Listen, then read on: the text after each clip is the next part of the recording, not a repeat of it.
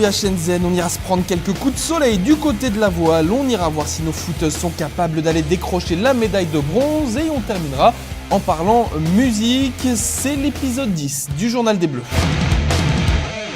Avant les compètes de la journée, l'équipe de France était la 13e nation mondiale avec 4 médailles d'or. On verra et si d'ici la fin de la journée, les Bleus sont capables de faire mieux. Salut la France, le beau temps est de retour sur Shenzhen et du coup on en profite pour aller prendre le soleil dans la baie sur les épreuves de voile. Une Française était justement en course aujourd'hui pour aller chercher une médaille en planche à voile, c'est Eugénie Ricard.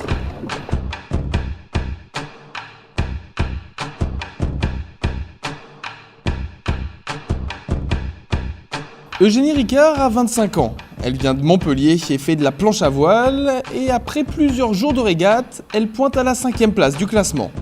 Donc c'est la dernière manche aujourd'hui, là c'est la finale, donc ce qu'on appelle la medal race qui compte double. Donc moi pour l'instant je suis 5e, j'ai rien à perdre, donc je vais tenter le hold-up comme on dit pour essayer d'accrocher le podium. Opposée notamment à une chinoise et à une polonaise, c'est la lutte tactique qui va faire la différence. Mais dans l'œil du novice, c'est le grand spectacle qui remporte tout.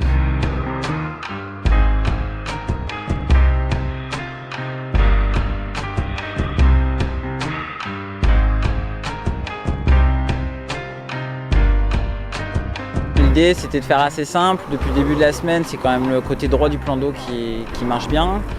Donc c'est ce qu'elle a essayé de faire. Elle s'est placée toujours pour être en pointe et à l'attaque par le côté droit.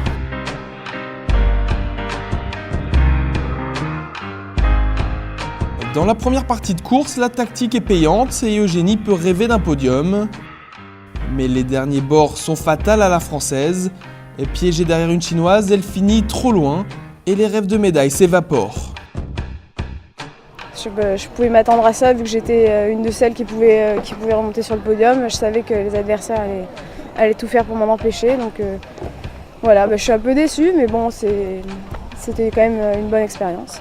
Après ici, c'était un peu une opération commando pour nous. On arrivait sans préparation vraiment spécifique. Après, je ne vais pas chercher d'excuses. On est arrivé, on s'est heurté contre des gens qui étaient meilleurs que nous, notamment les Chinois, la Japonaise, dans des conditions spécifiques de petit temps. Pas de médaille finale pour Eugénie Picard, pas de médaille non plus pour son partenaire planchiste Benoît Louis-Hugues. Mais la voile française repart tout de même avec un podium, une 3e place grâce au match racing. Quant à nous, c'est avec des images plein la tête qu'on repart.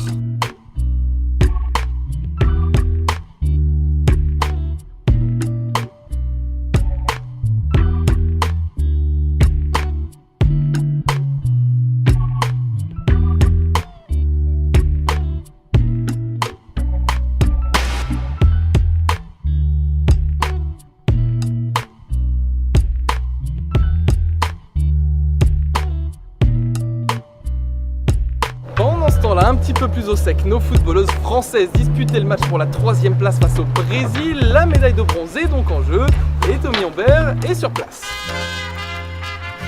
Aujourd'hui se joue une médaille de bronze au football féminin et l'adversaire n'est rien de moins que le Brésil.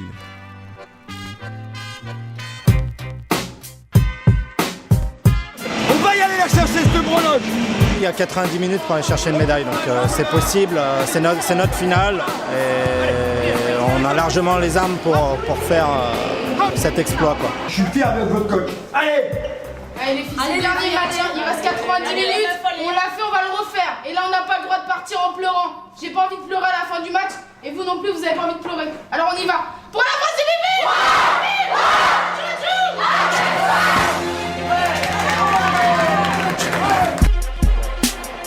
Le début de match est tendu, la France se crée des occasions, mais sur une tête d'Oliveira, c'est le Brésil qui ouvre le score.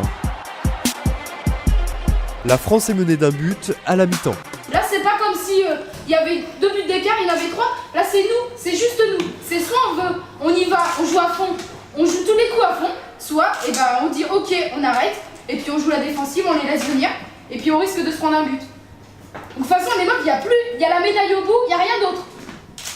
Moi, je veux pas finir comme contre le Japon, il est hors de question. Et Julien a raison, c'est à 11 qu'on s'en sortira.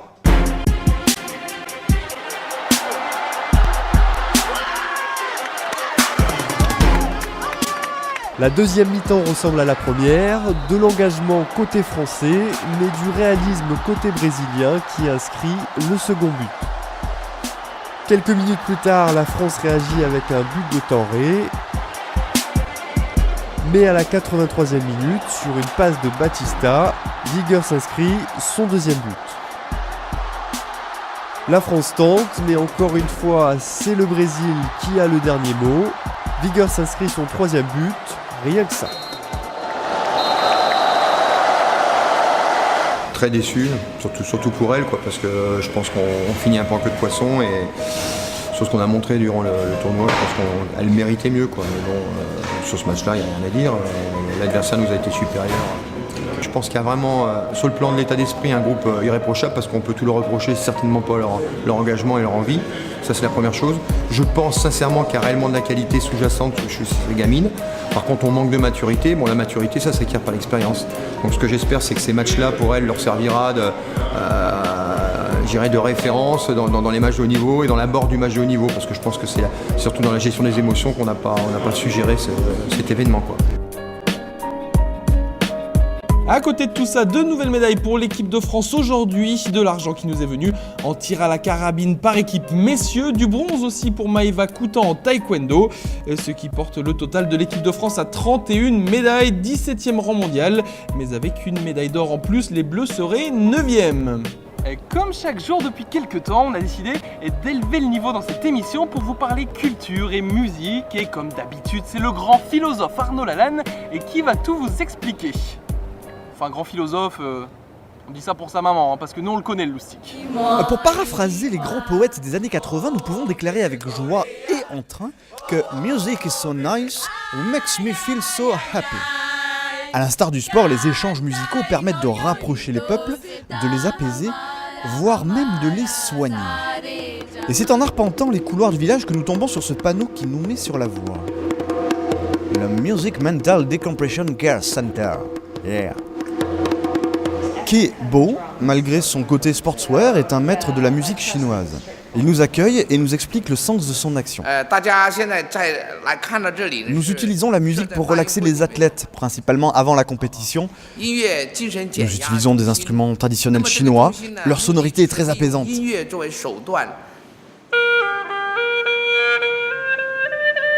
c'est vrai qu'une certaine harmonie se dégage de ces instruments. Pauvres occidentaux que nous sommes, nous nous imaginons tout de suite dans un restaurant à la déco kitschissime, en train de déguster des nouilles vapeur ou dans une publicité pour un désodorisant bon marché. Arrêtons-nous un instant. Faisons un véritable effort de concentration et imaginons des prairies verdoyantes, des vallées minérales immenses, desquelles jaillirait une onde pure et claire. Vous y êtes, vous êtes relaxé, vous vous sentez à l'écoute de ce vent frais et qui nous dit que le dernier Xara Picasso Shanghai est seulement à 14 800 € avec ses nouveaux équipements. Sinon, il y a une autre catégorie de soins par la musique, c'est le bon vieux djembé de fin de soirée qui défoule. Un joueur de djembé sans dreadlocks, sans cigarette qui fait rire, qui s'arrête quand on lui dit de s'arrêter, et surtout, qui sait jouer du djembé. Moi je vote pour, Globalement, les athlètes étrangers ont une préférence pour la musique traditionnelle chinoise, parce que le son est vraiment différent de ce qu'ils peuvent écouter en Occident. En ce qui me concerne, entre l'instrument qui détend et celui qui défoule, moi j'ai fait mon choix. Voilà, c'est tout pour cette émission tournée sous le soleil de nos amis de la voile. Je vous donne donc rendez-vous demain pour un nouveau Journal des Bleus. Et c'est une bleue qui nous le dit. À demain, ciao ciao.